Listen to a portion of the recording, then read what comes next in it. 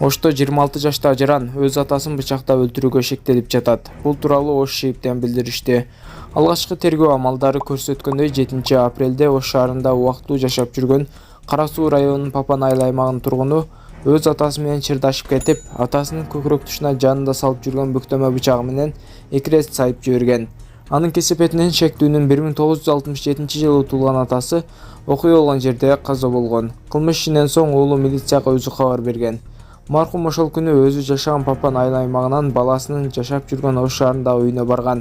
Шектүү катары кармалган уулунун берген көрсөтмөсүнө караганда экөө тең мас абалында болушкан.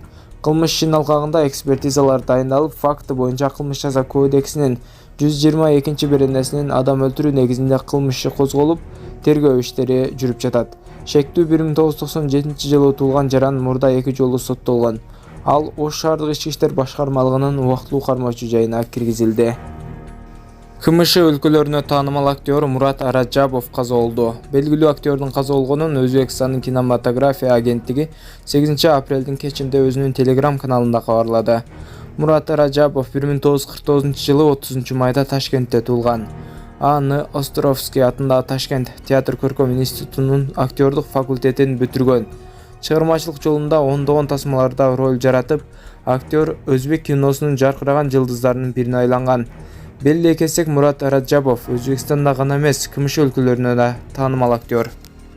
Ирандын бийлиги жылаңач аялдарды аныктоо үчүн коомдук жайларга камераларды орното баштаганын полиция билдирди. Полициянын айтымында чачы жабылган аялдар кесепеттери жөнүндө эскерткен СМС алышат.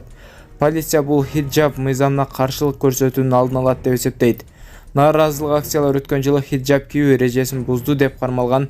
А менен полициянын камагында каза болушунан улам келип чыккан. 1979 жылда ислам ыңкылабында диний мыйзамдарды катуу чечмелөө орнотулгандан бери аялдар мыйзам боюнча чачтарын хиджаб жоолук менен жабууга милдеттүү. Мыйзамды бузган аялдарга айыппул салынат же камакка алынат. Ирандын президенти Ибрагим Раиси өткөн ишембиде ирандык аялдар хиджаб кийүүсү керектигин диний зарылчылыкка катары кайталады.